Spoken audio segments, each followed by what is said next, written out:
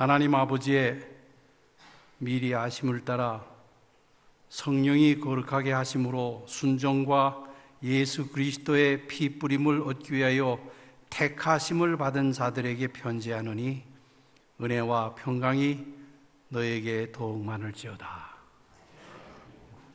하나님의 은혜 가운데 택하심을 받은 성도들, 우리 이번 주말에 하나님의 평강이 여러분들과 함께 하시기를 기원합니다. 혹시 제가 이렇게 먼저 좀 물어봐도 되겠습니까? 저 아는 사람 한번 손 들어보세요. 저 만났던 사람. 혹시 모르는 사람 누구냐고 그런다면 제가 제 소개를 이렇게 하겠습니다. 김군준 목사님과 같은 클래스에서 공부한 사람입니다. 그렇게 하면 되겠죠? 예. 오늘도 우리 목사님 만나니까 참 반갑네요. 별내 교회에 대해서 많은 말들을 들었습니다. 그중 가운데 하나는 제일 좋은 교회라고. 그런데 이렇게 와서 보니까 한 가지 걱정이 생기네요. 여러분들이 이 교회를 너무 사랑하시기 때문에 저기 안 가고 싶을까 봐, 예수님 계시는 곳에 안 가고 싶을까 봐 걱정이 생깁니다. 이 교회를 지시느라고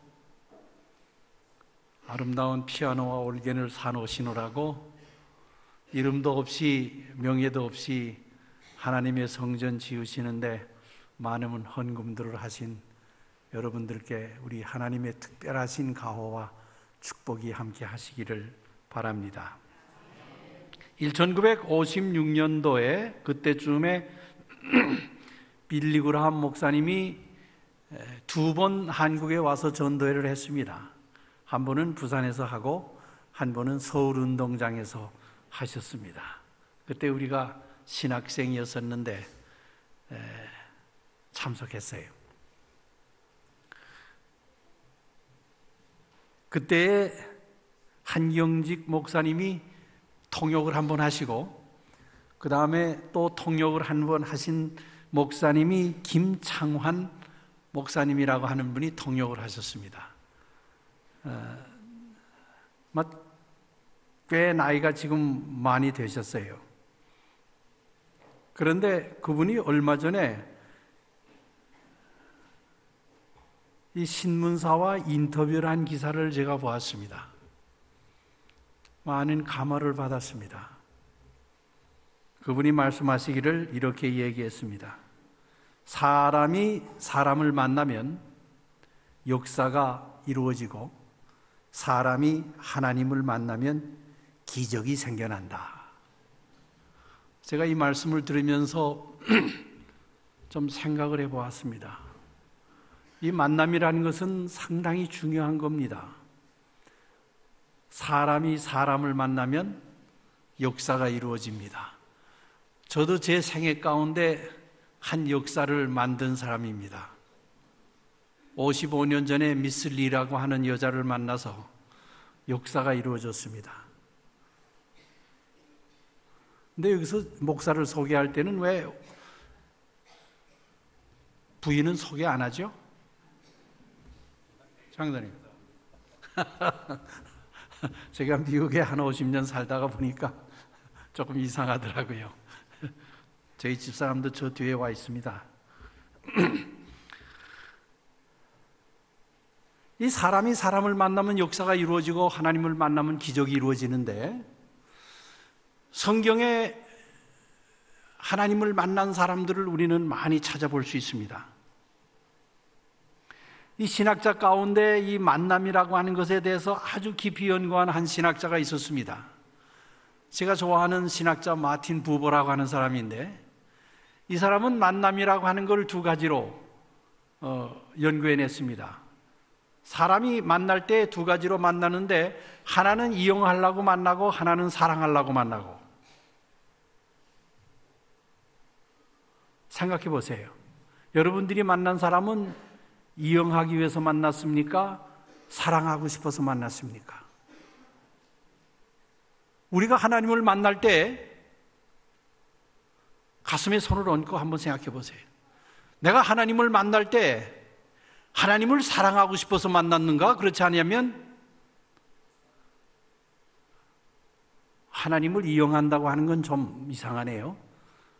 그러나 내가 원하는 걸 하나님께서 주시기 때문에, 좋기 때문에 하나님을 만났다가 내가 원하는 거 주지 아니하면 그냥 돌아서 버리는 그런 만남이었습니까?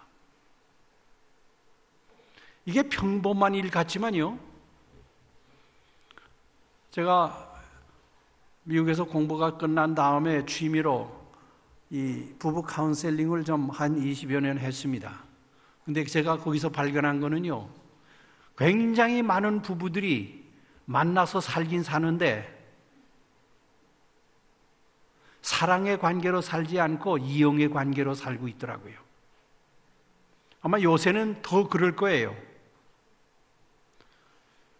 한국의 결혼 연령이 30년 이제 돼야 처녀들도 결혼을 하고 남자들은 뭐 30년이 훨씬 넘어도 결혼할 생각을 안 한다고 하는 그런 말들이 많이 들립니다.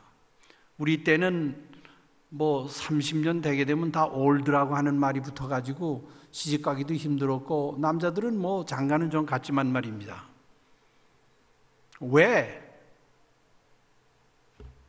결혼을 안 하려고 그럴까? 이용해 먹을 사람이 없기 때문에 그래요. 남자 하나를 데려오면 돈도 좀 벌어 들여오고 뭐 좀 집도 하나 있고 뭐 그런 사람을 데려다가 좀 잘 살아야 될 텐데 없거든요. 그런 사람들이. 그래서 요새는 계약 결혼이라고 하는 것이 아주 보편화되어 있고 있습니다. 좀 살아보다가 법적으로 하자. 그럼 뭐 법적으로 다 사인하고 살다가 이혼하려면 복잡하니까 좀 살아보다가 법적으로 하자.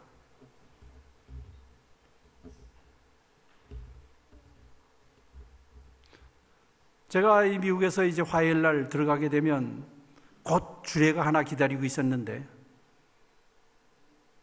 연락이 왔어요. 목사님, 취소됐으니까 주례 안 하셔도 됩니다. 제가 그 가정을 잘 압니다. 아주 내가 내 딸처럼 사랑하던 아이인데, 그래서 왜 그러냐고 물어봤더니 대답이 오기를 약혼까지 다 하고 결혼하려고 그랬는데 저쪽에서, 남자 쪽에서 결혼 계약을 하자 그래요. 그래서 안 하기로 했습니다. 제가 뭐 결혼 계약이 뭔지 몰라요. 그래서 다시 물어봤습니다. 결혼 계약이 도대체 뭔데 그렇게 결혼까지 하려고 그러다가 안 하기로 했느냐 그랬더니 다시 대답이 오기를 사인을 받겠다는 겁니다. 결혼하기 전에. 만약에 이혼하게 되면 남편의 재산에 손을 대지 않는다.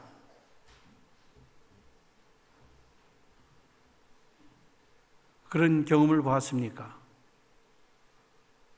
뭡니까 그게?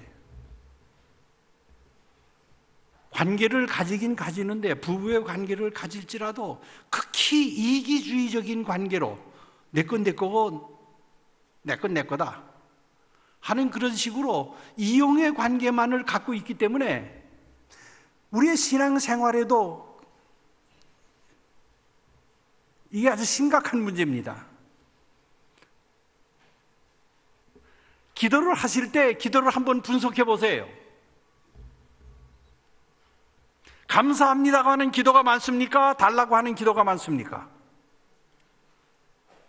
달라고 하는 기도가 많다면 좀 생각해 보셔야 합니다. 예수님께서 제자들에게 가르친 기도를 분석해 보게 되면 달라고 하는 것은 극히 일용할 양식을 주옵시고 하나밖에 없어요. 죄진 것도 내가 죄진 사람을 용서해 줬으니 하나님 나 죄 용서함 받을 자격이 있습니다 하는 거예요. 그 다음에는 하나님의 이름이 거룩함을 받으시옵시고 하늘에 하나님께서 영광 받으시고 하나님을 높이는 그런 기도지. 예수님께서 가르치신 거 우리가 지금 기도하는 것처럼 주세요 하는 그 기도는 결국 하나님과 예수님과 우리와의 관계가 이용 관계밖에 안 된다고 하는 것입니다. 내가 오늘 그 얘기를 좀 하려고 그래요. 여러분들이 예배 끝난 다음에 추모 예배를 가기 때문에 제가 눈치껏 하겠습니다. 그러니까 걱정하지 마세요. 여러분, 성경 가운데 어떤 사람을 제일 좋아합니까? 하게 되면 되게 많은 사람들이 베드로를 좋아한다고 그래요. 베드로 얘기 좀 합시다. 베드로가 하루는 밤새도록 고기를 잡았는데 한 마리도 못 잡았어요. 베드로는 고기 잡기로 유명한 그 어부였습니다. 한 마리도 못 잡았어요. 그래가지고 아침에 기운 없이 바닷가에 호숫가에 배를 대는데 한 사람이 이렇게 오더니 고기 많이 잡으셨어? 한 마리도 못 잡았습니다. 저기 한번 그물을 쳐보시오. 베드로가 기분 나빴겠어요? 안 나빴겠어요? 자기가 누군데요? 내가 그래도 고기 잡는 데는 내가 전공한 사람인데 밤새도록 고기 한 마리도 못 잡았는데 이 어디 이상하게 생기진 않았을 거예요. 어떤 낯선 분이 저기 한번 그물을 쳐보라고. 베드로가 대답하여 가로되 선생이여 우리들이 밤이 맞도록 수고를 하였을 때 얻은 것이 없지만은 말씀에 의하여 내가 그물을 내리리이다. 얼마나 멋있어요. 아멘 하신 분에게 축복이 있기를 바랍니다. 이 교회는 보니까 박수 안 치대요. 좋습니다. 그 전설 계속해서 간직하세요. 어떤 교회 가게 되면 또 이렇게 하고. 그러나 아멘은 좋은 겁니다. 아멘 해서 손해 없어요. 예수 믿으면서 손해 없는 일은 하세요.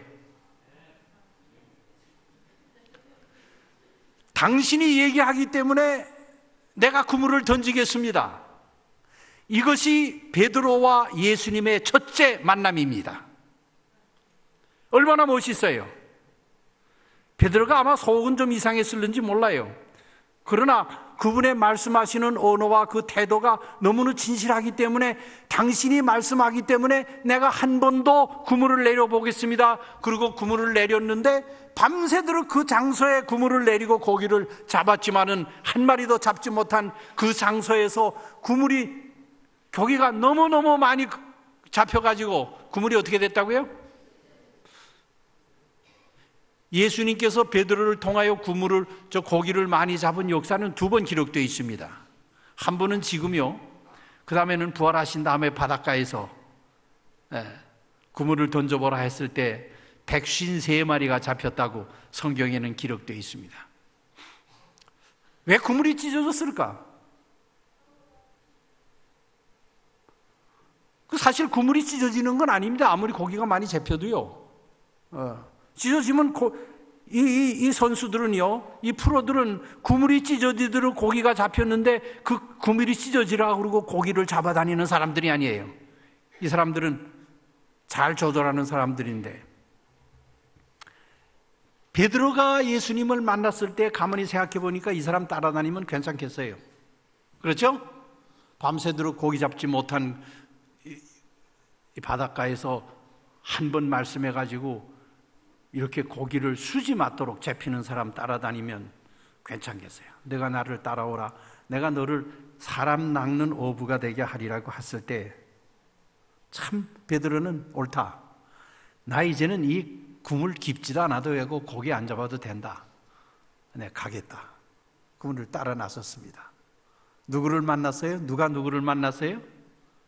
베드로가 누구를 만났어요? 예수님을 만났습니다. 그런데 그 어떤 만남인지 좀 우리가 좀 보십시다.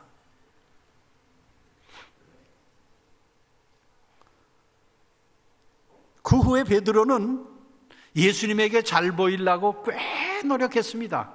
언제나 예수님께서 물어보시게 되면 제일 처음으로 대답을 했어요. 마태복음 16장에 보면 예수님께서 제자들에게 여러분 예수님 좀 알아주세요.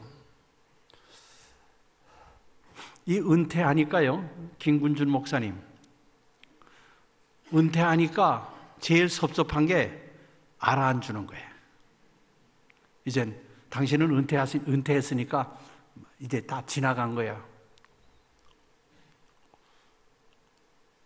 하나님께서 훈련시키시는 것 같아요. 예수님도 좀 알아줬으면 했습니다. 누가 날 좀 안 알아주나? 그 장면이 여러 번 나와요. 그래서 한 번은 제자들에게 마태복음 16장에 보게 되면 사람들이 날 뭐라 그러더냐? 그랬더니 엘리야라도 그렇고 뭐 여러 선지자의 이름을 대면서 위대한 사람이라 그래요. 그런데 너희들은 나를 어떻게 알고 있느냐 할 때 제일 처음에 후딱 나서가지고 대답한 사람이 누굽니까? 베드로예요. 뭐라고 대답했어요? 주는 그리스도시요 살아계신 하나님의 아들이시니이다. 맞아요? 틀려요? 네. 예수님이 너무 기분 좋은 거 있죠? 나를 알아주는 사람이 있구나. 내 제자 가운데 나를 알아주는 사람이 있구나. 그래서 그 베드로에게 뭐라고 그랬어요? 너 참 좋다. 시몬아, 내가 복이 있도다. 예수님 알아주시면 복 받습니다.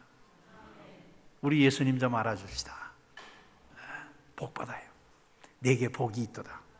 그것은 예수님께서는 마음을 푹 놓고 이제는 이 제자들이 내가 하나님의 아들이라는 것을 알았으니 내가 이제는 내 마음 가운데 있는 것을 좀 터놓고 얘기할 수 있겠다. 그러고서는 그때로부터 예수께서 예루살렘을 올라가 장로들과 대제사장과 서기관들에게 고난을 받을 것을 받고 죽임을 당하고 제3일에 살아나야 할 것을 제자들에게 비로소 가르치시니 베드로가 예수를 붙들고 가라되 주여 No way! 절대 그런 일은 일어나지 않을 겁니다. 자기 재산을 다 반가치고 따라가기로 마음을 먹은 예수님이 뭐 한 자리 하셔야 자기도 출세할 텐데 아니거든요. 죽는다 그러는 거예요. 절대 그런 일 일어나도록 예수님을 가만두지 않겠습니다.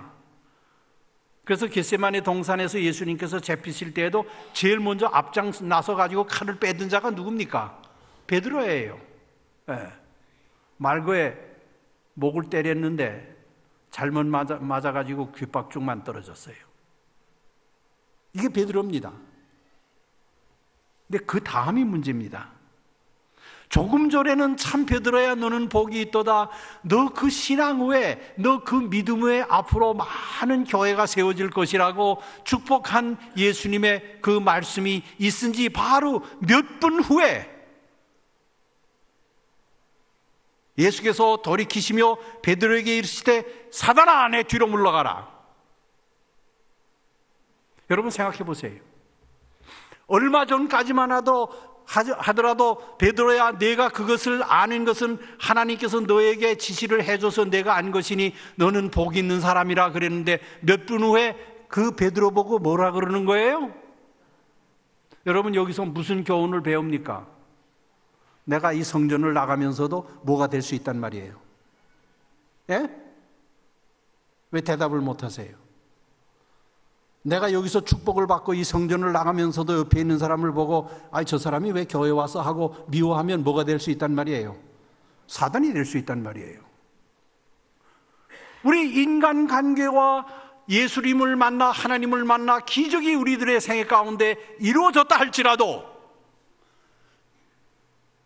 하나님의 일을 생각하지 아니하고 예수님께서 너는 하나님의 일을 생각하지 아니하고 사람의 일을 생각하는 또다. 그래서 너는 사단이다 이 말입니다. 우리 가끔 좀 생각해 보십시다. 내가 하고 있는 일이 내가 오늘 하고 있는 일이 하나님의 일인가? 그렇지 않으면 사람의 일인가?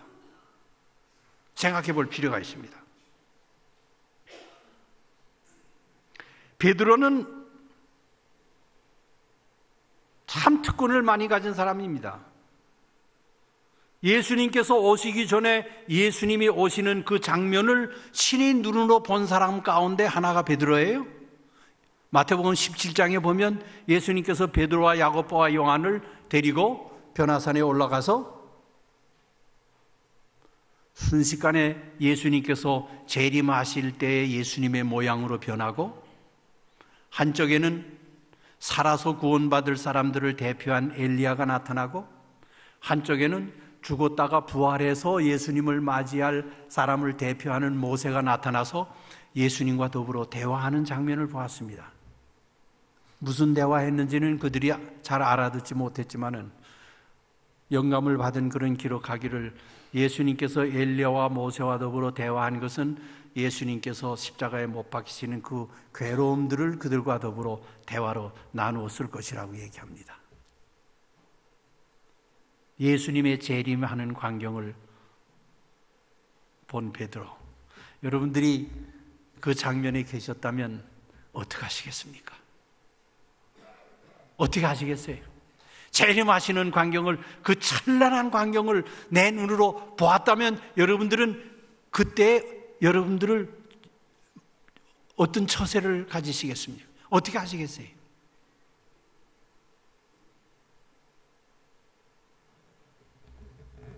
사람이 참 나빠요. 그 광경을 본 베드로가 뭐라고 얘기합니까? 예수님 앞에 12제자 가운데 9제자는 어디에 있어요? 같이 오지도 못했습니다. 산 밑에 있어요. 베드로와 야곱과 요한만 예수님께서 같이 올라왔습니다. 여기가 좋사오니 저 사람들은 관계하지 말고요, 우리 여기다가 천막셋을 짓고 우리는 밖에서 자도 좋으니 내려가지 말고 예수님 그 영광을 우리들에게 계속해 보여주십시오. 한 천막에는 예수님 계시고 한 천막은 엘리야, 한 천막은 모세, 이렇게 해서 여기에 살게 해 주십시오. 이게 사람입니다. 하나님께서 베드로에게 이런 특권을 주셨을 때 베드로 그러면 안 되죠.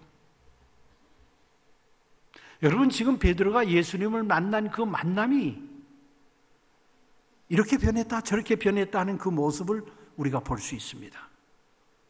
우리가 이 베드로의 생활을 살펴보면서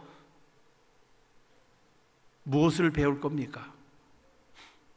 그렇기 때문에 베드로는 베드로서를 기록할 때, 여러분 베드로서를 좀 많이 읽어보세요. 베드로서를 기록할 때 간절한 마음으로 기록했습니다. 처음에 제가 읽어드린 것처럼 택함을 받은 사람, 베드로가 나중에 깨달은 것은 자기가 택함을 받은 사람이라는 걸 알았습니다. 사랑하신 여러분, 여러분들은 택함을 받으신 분들입니다. 하나님께 택함을 받았다고 하는 것은 얼마나 큰 특권인지 모릅니다. 죽을지라도 it's okay. 그래서 베드로는 이렇게 얘기합니다. 우리 주 예수 그리스도의 능력과 강림하심을 너에게 알리한 것이 공교에 만든 이야기를 쫓은 것이 아니요 우리는 그의 크신 위엄을 친히 본 자라. 지극히 큰 영광 중에 이러한 소리가 그에게 나기를 이는 내 사랑하는 아들이요 내 기뻐하는 자라 하실 때에 저가 하나님 아버지께 존귀와 영광을 받으셨느니라. 이 소리는 우리가 저와 함께 거룩한 산에 있을 때 하늘로서 나음을 들은 것이라. 베드로는 예수님의 재림이 만들어 놓은 이야기나 소설이 아니요, I saw it and I heard it. 나는 내 귀로 하나님의 음성을 들었고 나는 내 눈으로 친히 재림을 본 사람. 우리는 지금 그 재림을 마음의 눈으로 기다리고 있습니다. 그런 특권을 받은 사람들이에요.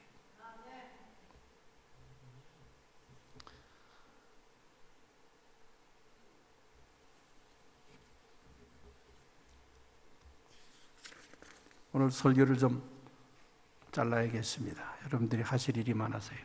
여러분, 지난번 세월호가 일어난 다음에 제 마음속에 이런 생각이 들었습니다. 세월호의 참상을 우리가 보면서 100년도 못 사는 생명을 살리지 못하고 잃는다는 것이 얼마나 슬프고 가슴 아플 일이고 아마 역사적으로 오래오랫동안 그 아픔이 우리 민족들에게 남아있을 것입니다. 그런데 우리가 영생을 잃어버릴 수 있다고 하는 데에는 얼마나 가슴이 아픕니까? 얼마나 가슴이 아프세요? 100년도 못 사는 생명 잃어버리는 것 가지고 우리가 얼마나 온 국민이 아파했습니까? 슬퍼했습니까? 100년도 못 사는 생명인데, 그러나 우리가 영생을 잃어버린다면 슬퍼해 보셨어요? 영생을 잃어버릴까 봐 슬퍼해 보셨어요?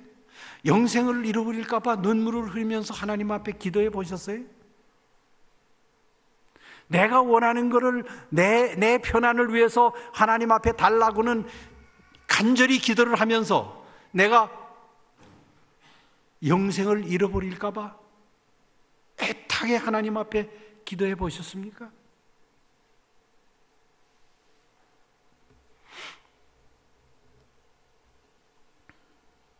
그러면서 베드로는 이렇게 말합니다. 사랑하는 자들아, 주께는 하루가 천년 같고 천년이 하루 같은 이 한 가지를 잊지 말라. 주의 약속이 어떤 이에 더디다고 생각하는 것 같이 더딘 것이 아니라 오직 너희를 대하여 오래 참으사 아무도 멸망하지 않고 다 회개하기에 이르기를 원하시느니라. 그러나 주의 날이 도적같이 오리니 그날에는 하늘이 큰 소리로 떠나가고 체질이 뜨거운 불에 풀어지고 땅과 그 중에 있는 모든 일이 드러나리로다. 이 모든 것이 이렇게 풀어지리니 너희는 어떠한 사람이 되어야 되겠느냐? 그것이 베드로가 우리에게 하는 질문입니다. 그러면서 말하기를 만물의 마지막에 가까웠으니 그러므로 너희는 정신을 차리고, 요새 정신 안 차리면 나도 모르게 그냥 스마트폰에 빠져버리고 맙니다. 한국에 와서 전철을 타고 다니면서 보니까 다 전화에 빠져 있더라고요. 그래서 전철 타게 되면 다 꺼내드는 것이 전화통을 꺼내들어가지고 거기서 무엇들을 하는지는 모르지만은, 여러분, 우리 정신 차려야 됩니다. 제가 미국 갈 때요, 제7일 안식일 예수 재림교회 가정에 텔레비 있는 가정 하나도 없었습니다. 자동차 한 가정, 의사 가정이, 정사영 박사 가정이 차 한 대 있었어요. 정신 차리지 않으면요, 이상한 데로, 알지도 못하는 사이에 이상한 데로 끌려갑니다. 정신을 차리고 근신하여 기도하라. 무엇보다 더 뜨겁게 사랑할지니. 우리 사랑하는 별내 교우들, 사랑하고 싶습니까? 우리 뜨겁게 사랑합시다. 상대방이 감당하지 못하도록 뜨겁게 사랑하시자고요. 다시 이 성전을 찾지 않으면 안 되게 뜨겁게 사랑하시자고. 그냥 최면으로 안녕하세요, 다음 안식일 또 오세요 그러지 말고요, 아주 뜨겁게 사랑하시자고요. 어떤 뜨거운 거냐, 그거는 제가 잘 몰라요. 여러분들이 더 잘 아실 것입니다. 제가 내일 거기에 대해서 내일 좀 설교하려고 그래요. 이왕에 사랑할 바에는요, 좀 뜨겁게 사랑해요. 부부도 마찬가지입니다. 남편들, 제가 미국에서 왔으니까 이런 말 합니다. 사랑하면 사랑한다고 좀 얘기하세요. 그래서 혓바닥이 어떻게 됩니까? 뜨겁게 해요. 뜨겁게 하려면. 살 날 얼마 안 남았어요. 얼마 안 남았는지 아세요? 살 날 얼마 안 남았는지 내가 여러분들에게 얘기해 드릴게요. 무서운 말입니다. 영국 옥스퍼드 대학의 데이비드 콜먼이라는 교수가 2006년에 뭐라고 발표했냐면, 이 세계에서 제일 먼저 없어질 나라가 있다면 코리아다 그랬습니다. 코리아다. 아주 과학적으로 수학적으로 계산을 했어요. 지금 우리나라가 어린아이를 출산하는 그 비율로 계속된다고 하게 되면 2136년에는 인구가 1000만으로 줄어들고 2750년이면 대한민국 인구 자체가 소멸돼서 2750년에는 한국이 제일 먼저 이 세계에서 없어지는데, 그 중에서도 제일 먼저 없어질 도시가 부산이래요. 빨리들 다 빼오세요, 아이들 거기 있으면.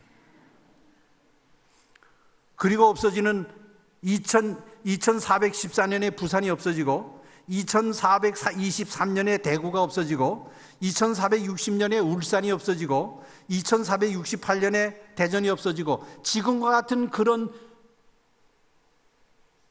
여기 보니까 15세부터 49세 여성들이 평생 낳는 아이들을 기준해서 이 통계가 나온 겁니다.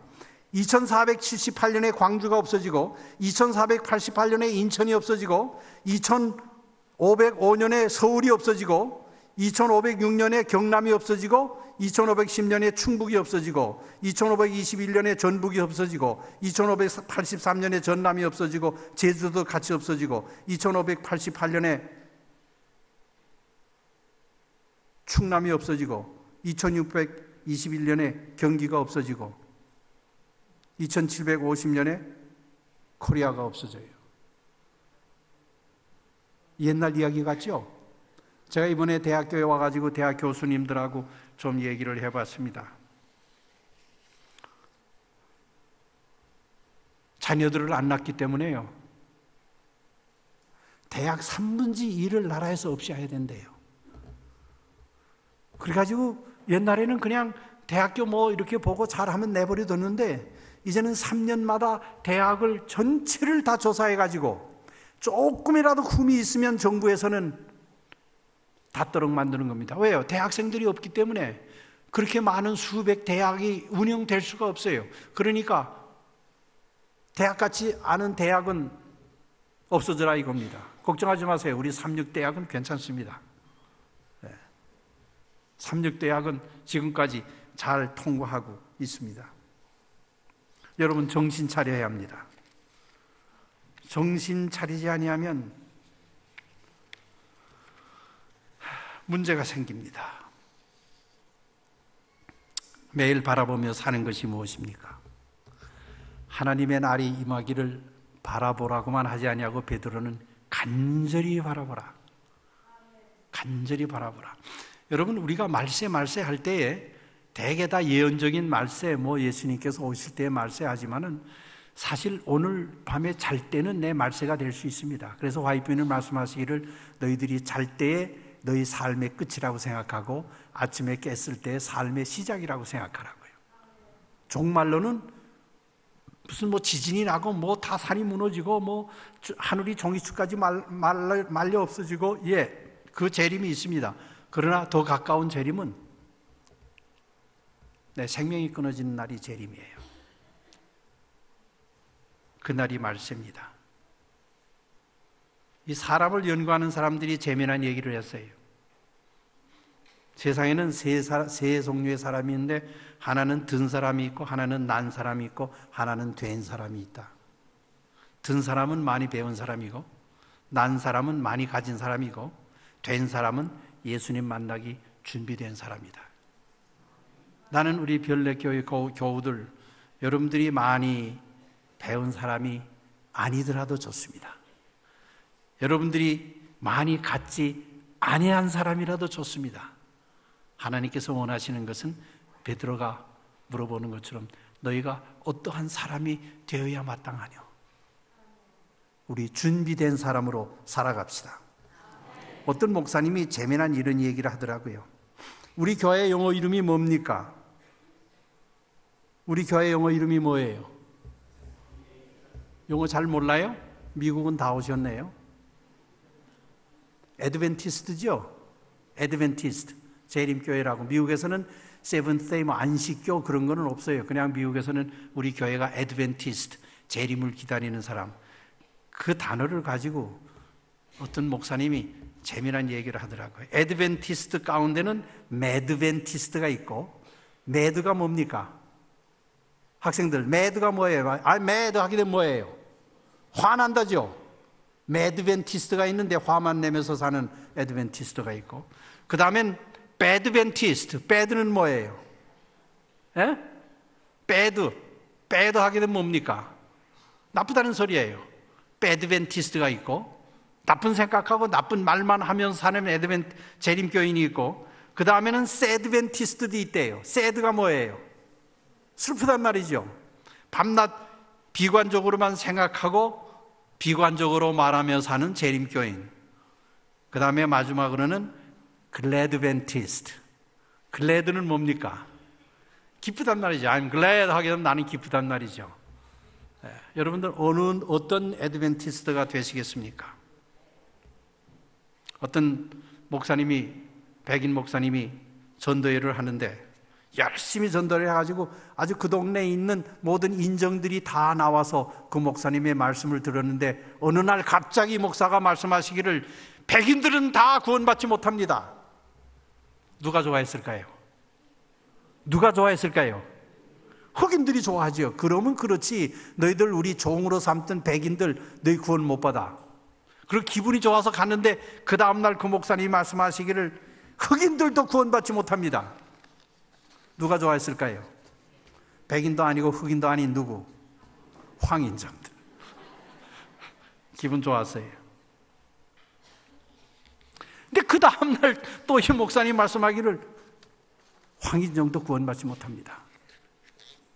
그리고 말씀하시기를 홍인종만 구원받습니다. 예수님의 피로 붉어진 사람들만 구원받습니다.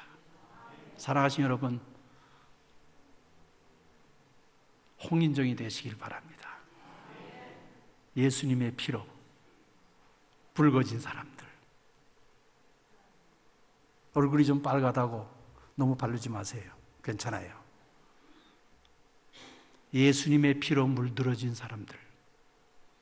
사람들이 우리를 볼 때 우리를 예수님의 피로 물들어진 사람으로 보이는 사람들이 구원받습니다. 예수님께서 무슨 나귀를 타고 예루살렘에 들어가셨습니까? 무슨 나귀? 나귀 새끼. 하얀 나귀 새끼. 얼마 전에 내가 랍비를 만나가지고 비행장에 같이 타고 가면서 물어봤더니 당신네들은 메시아의 오심을 어떻게 생각하느냐 그랬더니 아직도 가끔 흰 당나귀를 타고 예루살렘으로 가면서 내가 메시아다 그러는 사람들이 있대요. 이스라엘에.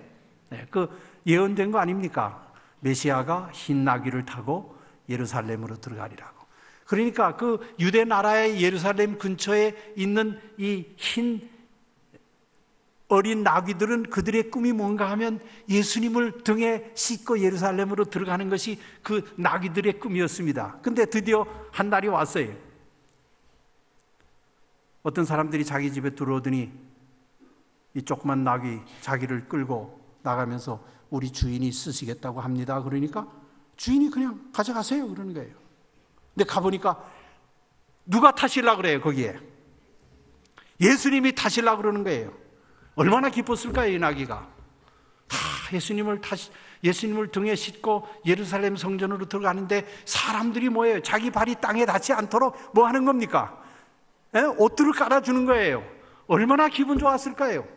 수천 년 전에 예언된 그 예언이 지금 누구에게 응하는 겁니까? 이 바로 새끼 하얀 나귀에게 임하는 거예요. 그날 밤 그 나귀가 잠을 잤을까요? 못 잤을까요? 얼마나 기뻤겠어요? 그 다음날 일찍 일어나서 샤워를 하고 목욕을 하고 털을 이쁘게 빗고 일찍이 문을 나섰습니다. 사람들이 나보고 뭐라 그럴까? 갔더니 저 우물가에 여인네들이 물을 깃고 있어요. 그래서 그리 쓱 갔는데 못 본 척 하는 거예요. 야, 저기 봐라. 저 나귀가 어저께 저 예수님 메시아를 싣고 예루살렘 성전으로 들어간 나귀래. 그런 말을 들을 줄 알았는데 다 못 본 척 하는 거예요. 여자들은 잘 모르는가 보다. 그리고 또 한참 가다 보니까 남자들이 모여가지고 엉성엉성 하는데 그 옆으로 쓱 지나가는데도 사람들이 못 본 척 하는 거예요. 그래서 들어와가지고 자기 아버지에게, 아버지, 왜 사람들이 나를 몰라보죠? 내가 누굽니까? 내가 어저께 예수님을 모시고 예루살렘 성으로 들어간 나귀가 아닙니까? 내가 예언을 성취시킨 나이가 아닙니까? 할 때 아버지가, 야야, 내가 유명해지는 거는 내 등 위에 예수님이 계실 때만 내가 유명한 거야. 예수님이 내 뒤에 등에 계시지 아니하면 너는 그냥 일반 나귀야. 사랑하신 여러분, 나는 여러분들이 유명한 사람들이 되기를 바랍니다. 예수님께서 여러분들과 함께 하시기 때문에. 그러나 그 예수님이 없을 때는 우리는 택한 백성이 아닙니다. 하나님께서 이 주말에 우리들에게 축복하셔서 우리들 하여금 내 등 뒤에, 내 삶에 우리 주님이 계시는지를 발견할 수 있는 아름다운 주말이 되시기를 바라면서 말씀을 마치겠습니다.